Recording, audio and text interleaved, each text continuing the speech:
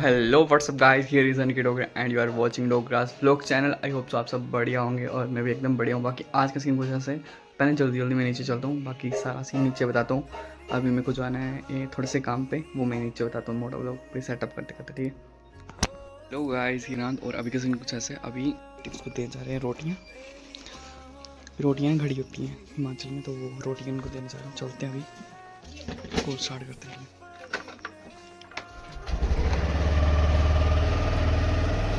Basically जो मेरे को 2-3 साल से देख रहे हैं वो उनको पता ही होगा कि चीड़ों की संक्रांति होती है। मतलब इस संक्रांति में ऐसा होता है ना, जैसे जानवरों को कोई भी जैसे कीड़े वगैरह पड़े उनको ना हम आग में जलाते हैं, तो फिर वो उनको कभी नहीं आते हैं। और जैसे जैसे एक इसलिए मनाई जाती है, जैसे न्यू इधर जैसे क्रॉप्स होती हैं वो उगती हैं, तो उनके लिए मनाई जाती हैं ये वाली फेस्टिवल्स।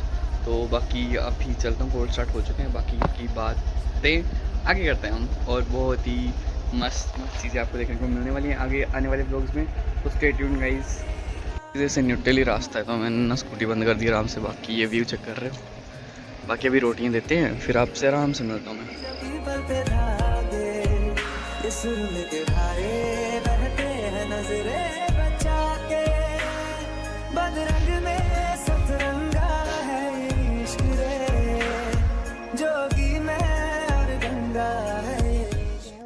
और ठीक है ना, और करे ना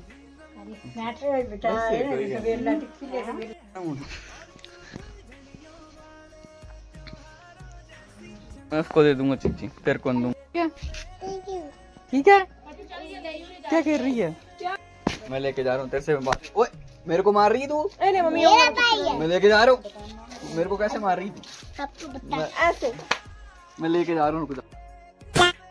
फाइनली गाइस सारा काम फिनिश करके रोटियां देके अभी जा रहा हूँ मैं घर, और रात को सीन होंगे वो चेक कराता हूँ भाई लोगों को।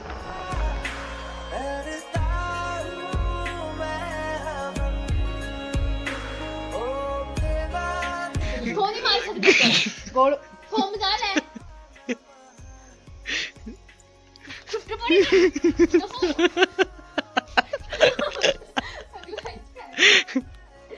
क्या गिलाई थी चप्पल टेरी यार। चल सीधी एक्टिंग मत कर, चल। डर लगा था अंदर तू ही। हां मैं ग्लाइड पे बक हटिया।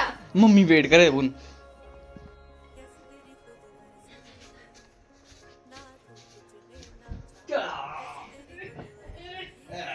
क्या चीची हो यार? चीचे से उड़ी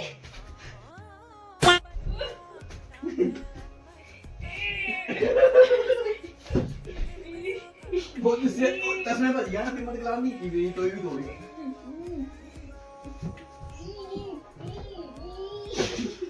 जाती है यार। अंजी हल्दी लगी होना बस साई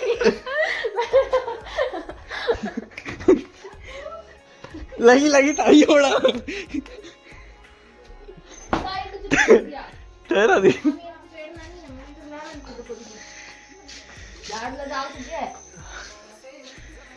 तू पापे दी परी मैं को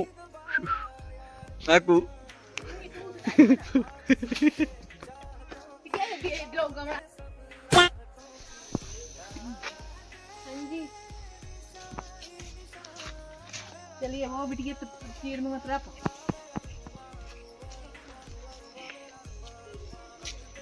ऐसे डालो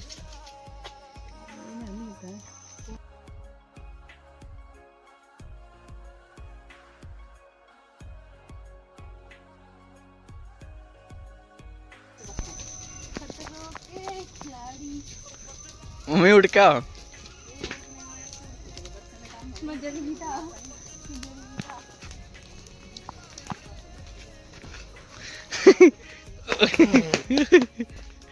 कन्ना पकड़ी बांधी।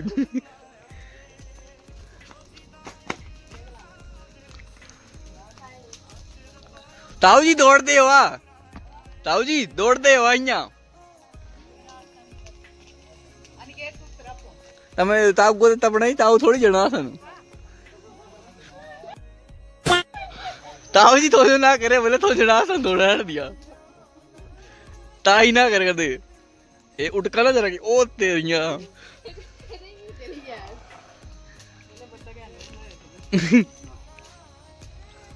ले वो साइड बनाना जम्बी रहना दे वो यार जी तेरे को बनाना वो नहीं कोई साल की गाय तो बड़ा बड़ी सुध हाँ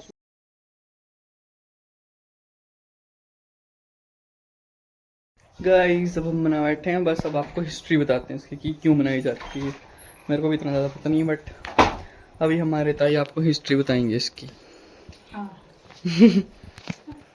गाइस अभी हमारे ताई जी आपको बताएंगे कि हिस्ट्री क्या होती है इसकी जो आज संक्रांत मनाई जाती है वो आपको ताई जी बताएंगे कि कैसी मनाई जाती है संक्रांत सियाने दी बनाई है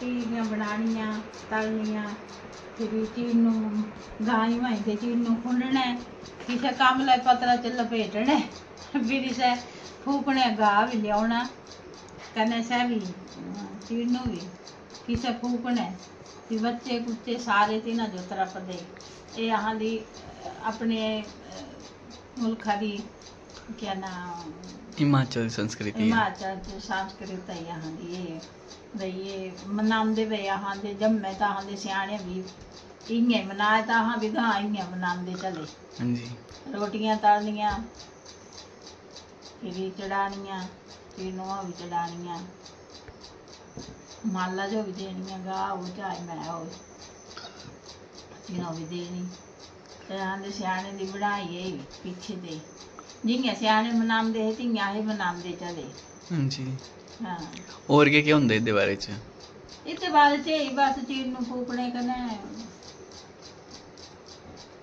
बस चीनू दा ही मनांदे ही हो हाँ चीनुआं बनानियां न गा पतरोड़ूआं संगरांद औनी फिर इत्ती च पतरोड़ू पकाने सभी दो देवतें चढ़ाने फिर आई जानी सैर सैर फिर फुल्ल चुनने फिर सब बरसात होई गई जी सैर जे आई जानी ना तब बरसात खत्म हुण एह सावन दा महीना चलिया ना इच सावन दे महीने च कोई नौना जाकदे कोई घूमना जाकदे आंदे इच जांदे न बाहर सब पानी औकदा बड़ा भाई कने गर्मी का है अपने माचा चढ़दे हाँ जी टूरां पर जाना